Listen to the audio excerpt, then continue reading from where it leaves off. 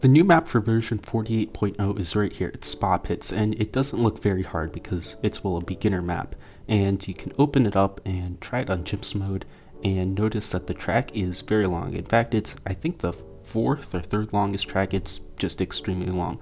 But there's a cool little thing where if you click the rocks in the right order, it will open up a menu to make it harder, and it becomes a bit harder. This is an homage to the Tar Pits map from BTD5, which was an extreme difficulty map, harder than Expert, and it is quite short. So beating this on Chimps is going to be indeed quite a challenge. Unfortunately, it is impossible to start around 6. The sub does not have enough range to be able to cover the tracks, but someone named Paul XD was able to do it by increasing the range with a hack by only 4 units, which made the starting position actually possible and allowing him to beat Tar Pit's Chimps. The range was eventually removed after the first few rounds, and then the late game went into a Brickle Carrier flagship strategy, which is common strategy for these mapless type maps or just extreme difficulty maps. So it was a really cool completion, and the first completion, most legit completion I guess there is, as the start technically isn't possible, so you could check out that video later. And I was talking to him about some optimizations, so that's what I was interested in doing, and not so much doing the early game because it's extremely difficult and takes hours and hours to do. So I kind of wanted to skip through that, but look more so into the late game and optimize that up. So this is me going to be doing some Tar Pits Chimps, and this I guess is the Tar Pits Chimps experience. So let's make this harder and start off. So you'll notice I'll be starting from round 6, but with 1,800 cash, which is the co-op starting cash, so it's a little bit more. And I talked about this before, but this is not really focused on the early game. It will eventually link up with the early game, so this co-op starting cash will not actually do much of anything besides give the end result about $2,000 more. And as it's only focused on the late game, and I'm gonna have way more than like $2,000 cash spare, and none of the upgrades are like urgently required on a specific round, past when you get Carrier Flagship, which has like over a $3,000 leeway, it really doesn't matter at all.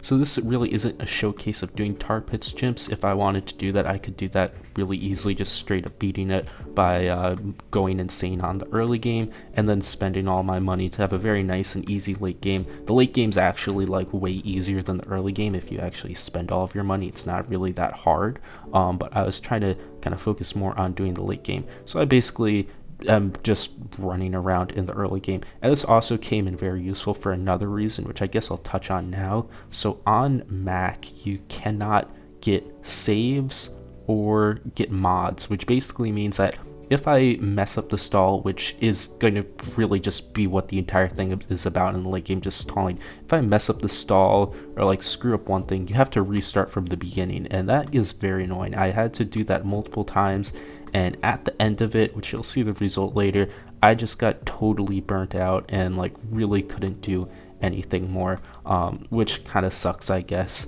And I'd say that like the time machine mod would definitely be fun to have. I definitely use it. I wouldn't really consider it cheating that much. I guess some people do, but the time machine mod would be something that I'd like to have. Unfortunately, I cannot have it because I cannot get mods. So that's a bit of an issue, and I guess really stumped the progression, I guess, a lot. If I did have that, I could have actually just used like the actual start and done it with the +4 range, and whenever I screwed up the stall or whatever, I could just go back a few rounds and keep working at it and do like an optimized late game with that too. But for the meantime, because I didn't really want to like go into sandbox and be like, hey, I did it in sandbox, I think that would be not as normal. I decided just to do it like this, and it all works out. I was talking with Paul before about this too. He would get flagship, I think it was like 59 or 60. I can get it on 58 here, but I could easily also just buy it on like 60 or even 61 if I want to. So it would eventually meet up at flagship, and then after that it would be pretty much the exact same as if it were done with like the same starting monkeys. And there wasn't really much different. It was just like a sub, some darts, a bit more on glue, and that was pretty much it. So it's going to be going back to the optimization here. You would have to move the towers around a little bit, but I had like a lot of space and it wasn't really that difficult to fit in more towers if you wanted in the middle. There's actually a ton of water space in the middle. So going on into the late game, we're going to be taking a look at some of the optimizations that I decided to make. I guess before we do that, I'll basically explain the strategy. If you saw Paul's video, it's practically the same thing. It's really the only way, as far as I know, that you're going to be able to beat this, which is Brickle air spam with Glorm.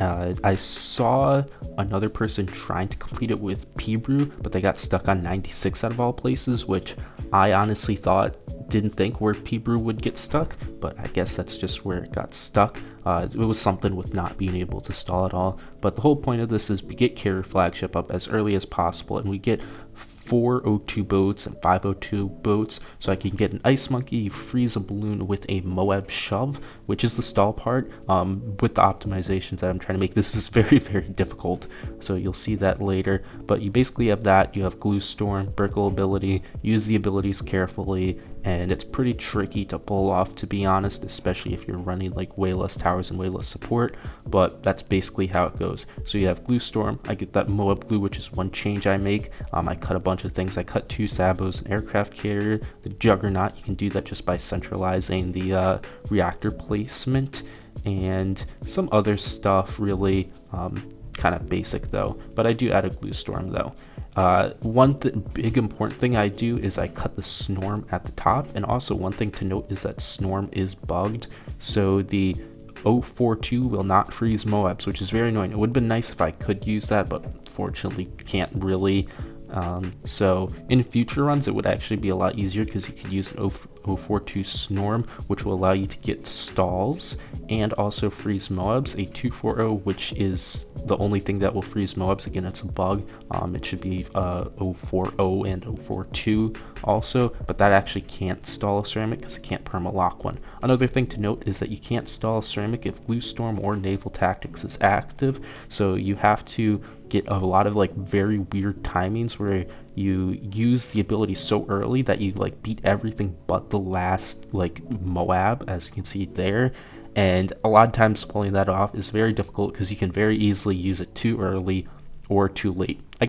Anyways, going on to saying stalling is everything, I really mean that when I say it. Here's a actually live audio from one of the clips. What if I do this too? Oh shit. It's over. No. Oh my goodness. I messed it up. We're done. We're screwed. So basically there was one of the hardest rounds out of all things. 97, 95 was actually really easy, 96 was pretty tricky, but 97 came with the big issue of not really being able to stall it, because the 2 ZOMGs come from the top and where I was stalling was at the bottom. So in theory, I guess you could try to get away where you could flip the thing upside down, like the whole setup upside down, put an ice at the top and try to stall. That's something that I wasn't really able to get done because I kind of got burnt out of attempting this before. So that's a possible thing that you could do to like make it a lot better and stall that round.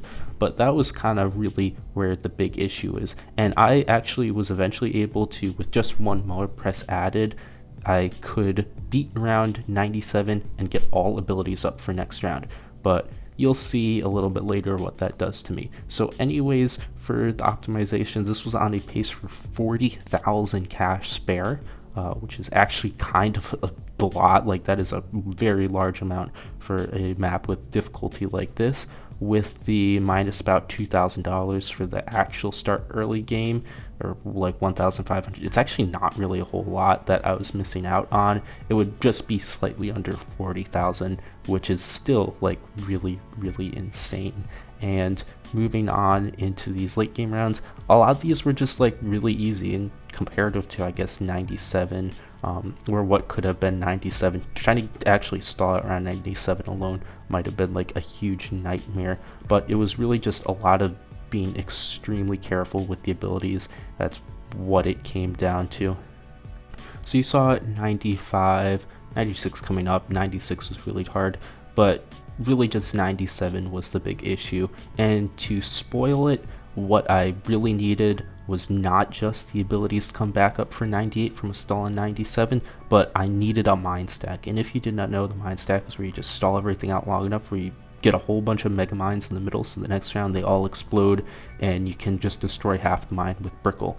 So that's a very common strategy in like LCCs and doing stuff like this. Here it's pretty difficult to do because landing a stall is not only hard, but it doesn't really last that long just because of the parameters that you're set up with. You can get like really long stalls and stuff, but here with this stall, even with just like a mine on 90, what was this? Yeah, 97, I couldn't really get it out unless I were to spend like way more money. So I went into 98, which I thought would have been possible without a mine stall, but it got this close.